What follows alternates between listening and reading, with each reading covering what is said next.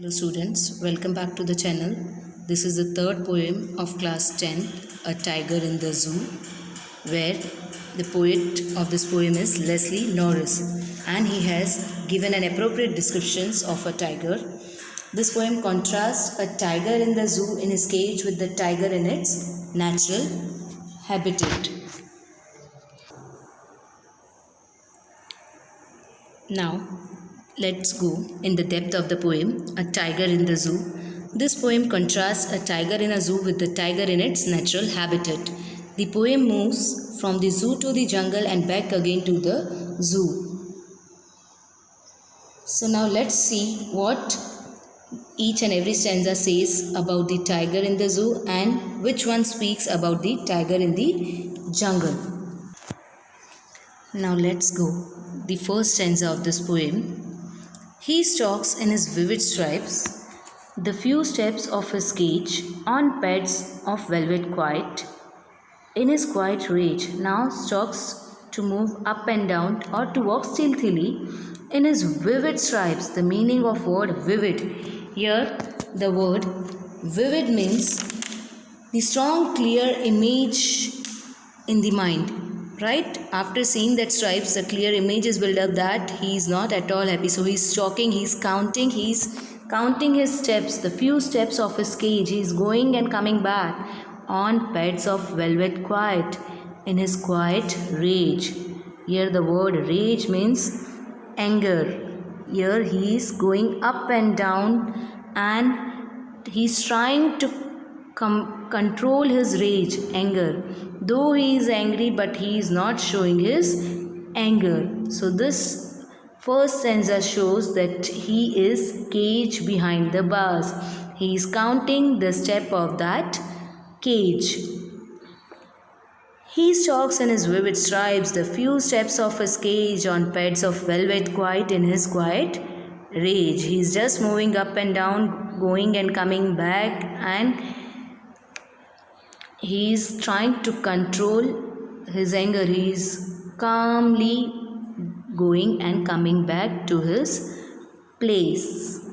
Now let's move to the second stanza of this poem. The second stanza of this poem, he should be lurking in shadows, sliding through long grass near the water hole where plump deer pass. Now what the poet feels in the first stanza, it shows that he was in the zoo. He was caged behind the bars. Here now what the poet is feeling. Poet feels that the tiger should have been moving freely in the forest. He should be lurking in shadow. The word lurking. Lurking means remaining hidden as to wait in ambush or to wait for a surprise attack. So now here as the poet is feeling that he should have been moving freely in the forest and hunting at its will. He should be lurking in shadow, hiding himself in the shadow and sliding through long grass. Sliding means coming slowly through that long grasses. Where he should come? Near the water hole.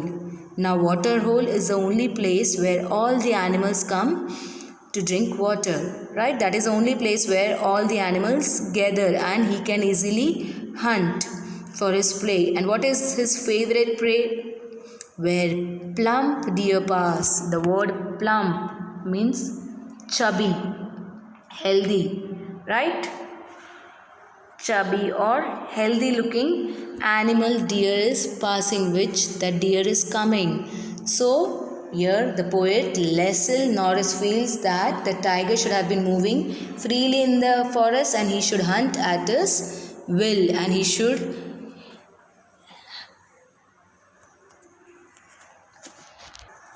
and what else he should be doing? He should be snarling around houses at the jungle's edge, baring his white fangs, his claws, terrorizing the village. Now this is the third stanza of this poem. First stanza it shows that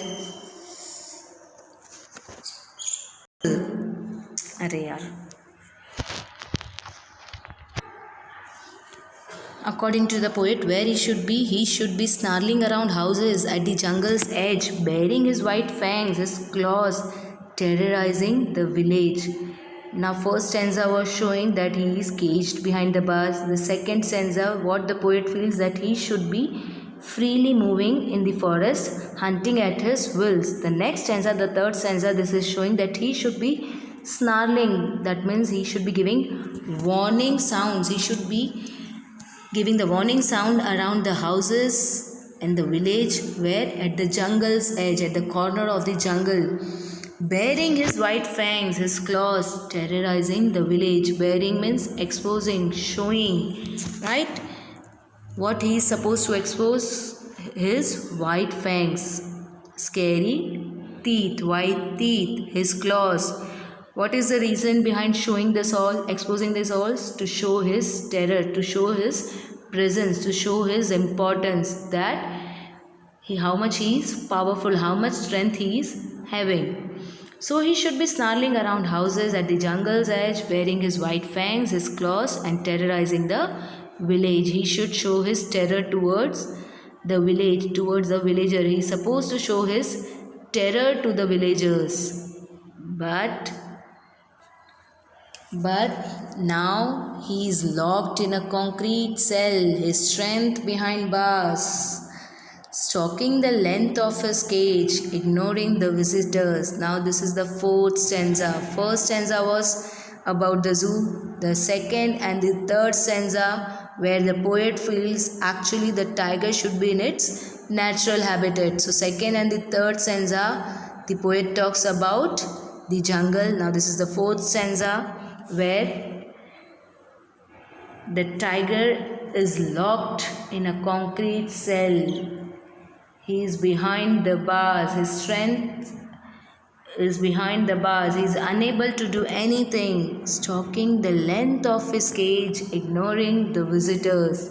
Stalking means moving up and down, going and coming back, just counting the steps, the length of his cage, and ignoring the visitors, ignoring or refuse to take a notice or not to give a look. He is not giving a look to them, or disregard intentionally or purposely, as he is least bothered about the visitors, because he is just locked in a concrete cell where he is unable to show his strength to the visitors or to the villagers, where actually if he would be in the forest, he can show his strength to the villagers, he can show his terror. But here, as he is behind the bars, he can't show his terror, so he's just ignoring the visitors. Now the last stanza of this poem. He hears the last voice at night, the patrolling cars, and stares with his brilliant eyes at the brilliant stars. So now here he hears the last voice at night, only the last voice which he is listening at night, that is of the patrolling cars, the patrolling officers who keep watch over by regularly walking or traveling around, that are the patrolling cars. So he hears the last voice at a night of that patrolling cars, the patrolling officers, and stares with his brilliant eyes at the brilliant stars. Now stares, to look continuously or fixedly, as he is least bothered about the visitors or anyone else. He have made his own world, and now he is staring, looking continuously at the stars. He just watches the stars with his brilliant eyes, and which shows that he is longing for the freedom. He is willing for the freedom. So Lascelles Norris have given the appropriate description of the animal who is caged, or the tiger who is caged, and compared the contrast with the tiger in its natural habitat. So this is the poem A Tiger in the Zoo, where the dweller of the forest, that is the tiger, is forcefully put in a cage. But what the poet feels, Lascelles Norris feels, that he should be in its natural habitat, and he should be free to do, freely he can do his hunting, he can have his plumpy deer, and even he should be snarling around the houses. and he can show his strength to the villagers by snarling or by baring the white fangs or exposing that white teeth. But what is the scenario? He is locked behind the concrete cell. His strength is behind the bars and he is just counting the length of the cage, and he is ignoring the visitors, onlookers, whosoever the onlookers are coming, he is just ignoring them. He is not giving a look to them, and now he is just looking towards the starry night, and it shows that he is just longing for his freedom. So stay tuned. This was the poem A Tiger in the Zoo. We'll meet with the next poem or the next chapter of class 10. Bye bye. Stay tuned.